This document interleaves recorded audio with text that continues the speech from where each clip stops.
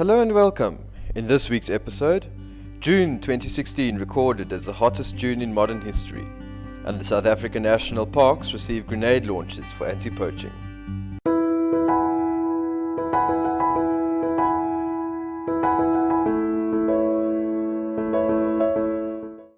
Two separate reports from the US National Oceanic and Atmospheric Administration and NASA's Goddard Institute for Space Studies have put emphasis on the drastic trends in global climate change. In a report published on Thursday the 24th, the two agencies announced that June 2016 has been the hottest June in modern history. Furthermore, the reports marked June 2016 as the 14th consecutive month of record heat for both land and oceanic climate. World Meteorological Organization Secretary General Petteri Talas says, "Another month, another record, and another, and another. Decades-long trends of climate change are reaching new climaxes, fueled by the strong 2015-2016 El Nino. The El Nino event, which turned up the Earth's thermostat, has now disappeared. Climate change, caused by heat-trapping greenhouse gases, will not. This means we face more heat waves, more extreme rainfall, and potential for higher impact tropical cyclones."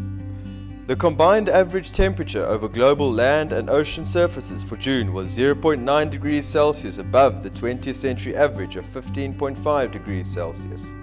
Experts have said global warming is at least partially to blame for a number of environmental disasters around the world, from the bleaching of the Great Barrier Reef of Australia to wildfires raging across Canada.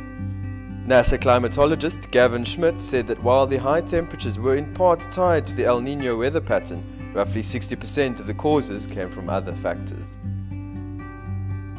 The South African national parks, SANparks, received 6 40mm underbarrel grenade launchers to help them in the fight against rhino poaching.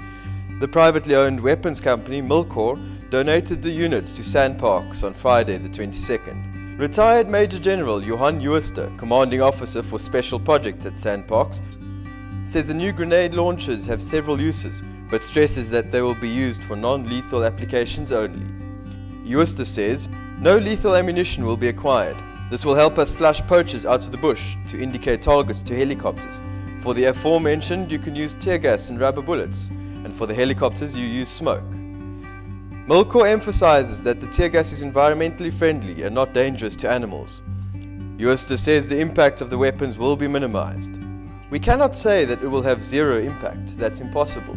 Anything you do in the park, even the excessive helicopter flying in shooting exercises, the movement through the bushes, all of it has an impact. The impact is minimized. That we can make sure of." By May this year, 363 rhinos were poached in the Kruger National Park alone. Since 2008, poachers have killed at least 5,940 African rhinos. Rhino poaching is currently at a crisis point. Last year, at least 1,338 rhinos were killed by poachers across Africa, marking the 6th consecutive year that poaching has increased. The western black rhino was declared extinct by the International Union for the Conservation of Nature, the IUCN, in 2011, with the primary cause being identified as poaching.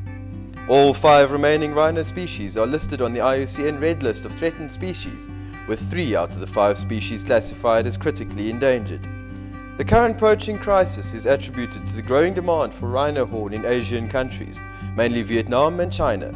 Although rhino horn has absolutely no medical benefits, and despite numerous attempts at education and awareness, the users of rhino horn still fuel the poaching industry through supporting the beliefs that rhino horn can be used to treat various medical conditions, including cancer and impotence. Thanks for watching this week's episode of Enviro Report. Subscribe to stay updated about future videos. In the meantime, please share your thoughts on these issues in the comments below.